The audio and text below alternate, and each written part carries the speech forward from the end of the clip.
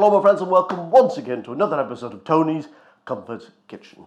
Now then, today the weather is officially crap, so to make me and you feel better, I'm going to whisk us all away to sunny Italy. I'm going to do one of their classic dishes that actually doesn't involve pasta for once.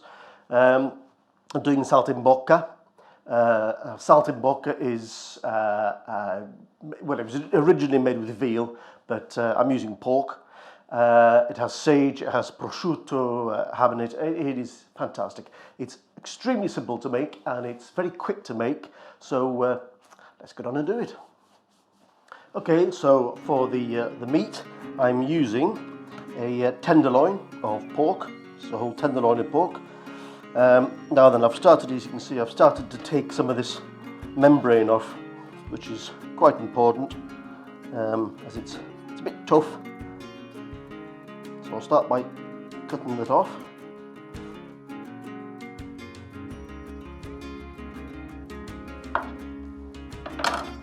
Okay, that's that membrane taken off. Now you will have a little bit of fat on here as well. But that's okay, we can work with that. Now the rest of the thing we need to do is to tidy up the ends, because it's a bit scraggy at the ends. So I'm going to cut off that, and that end too. Hopefully that should be fairly equal in thickness. It goes slightly thin towards one end, but it'll be alright. These bits I'm not going to throw out, I'll throw these out. I'll cut those up and use them in another dish. Put those to one side. Now then, so in the meantime, we will cut this in two. Why I say we instead of me, I don't know. And then cut it in two lengthways as well. The idea being trying to keep all four pieces a similar size. So now we need to beat them out and make them flat. I've put a piece of cling film down on the worktop. And I'll place the four pieces on top. 3, 4. Hopefully I can get this on without it messing up. Yes. Now then, get a little meat tenderizer, basher, and just bash them out.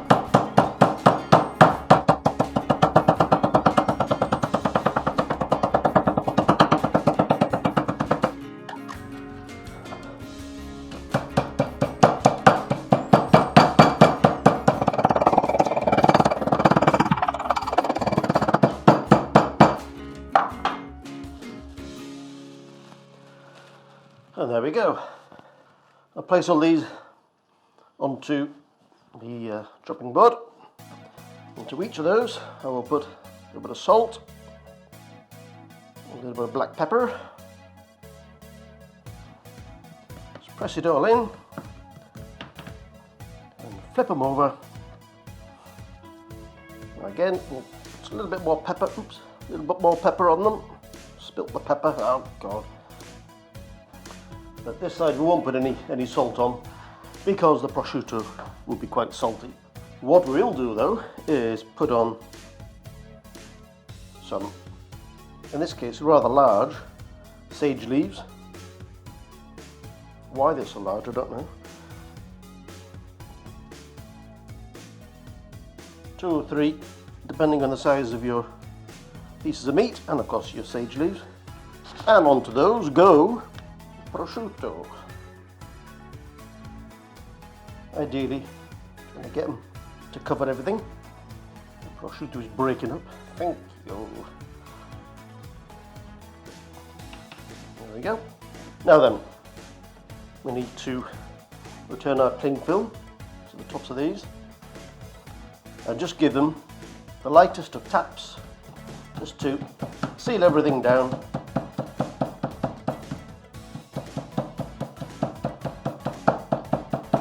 By the way, all the ingredients will be in the description below this video, So you can, if you want to make this dish, you can follow along using that. Take the cling film off. I keep forgetting what the Americans call cling film. Anyway, you know what it is. Right, these will go into the fridge just to cool off for about half an hour, and then we'll continue with the dish. Right, with the frying pan heating up, I will put in roughly a tablespoon or a little bit more of olive oil, plus a knob of butter. Let that melt before adding in our pork. Prosciutto side down first. Ooh, there we go. Now I'm just doing two for the sake of this video. I'll leave the other two for my dinner later on. Yahoo! We want to fry these for about 3 to 4 minutes on the first side, and then around about a minute or 2 minutes on the second side. They won't take a lot of cooking because they've beaten them fairly thin. Just be just over 3 minutes, and as you can see, the sides are starting to turn white, which probably means that it's mostly cooked on that side, so hopefully it can turn them over without everything falling apart. Yay. Ooh. Like I said, this side will need just about a minute or so, minute or two.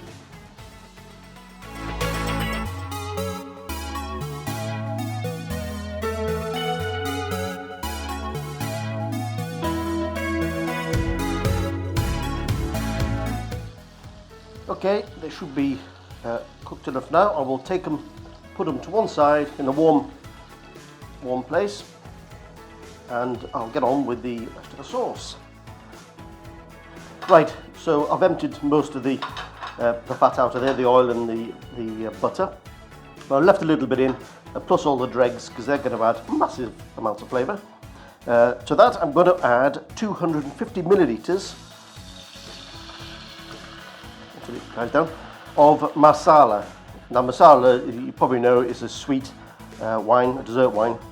And we're going to cook that down, add the rind of 1 lemon, a bit more salt, and we're finally going to add some stock. Now I'm not going to add that yet. I'm going to let this reduce down a bit before adding the stock. Right, with the Marsala reducing by about half, I'm going to put in some stock, about 100-150 millilitres, and again we're just going to cook that down until it's reduced by about half. Okay, with that sauce reduced now, that's the dish done basically. All we have to do is to dish it up.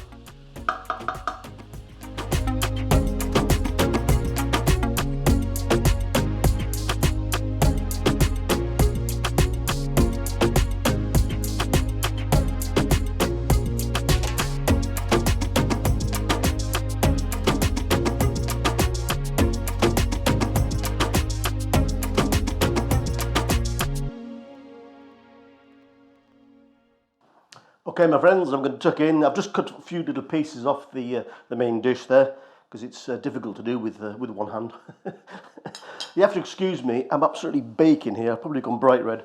The weather being horrible outside, I can't open any windows, and it's a small kitchen, and there's a lot of heat here with pans steaming away and video lights and what have you. Anyway, time to tuck in.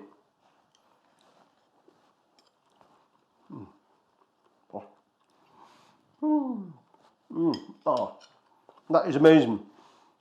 The prosciutto works so well with the sage.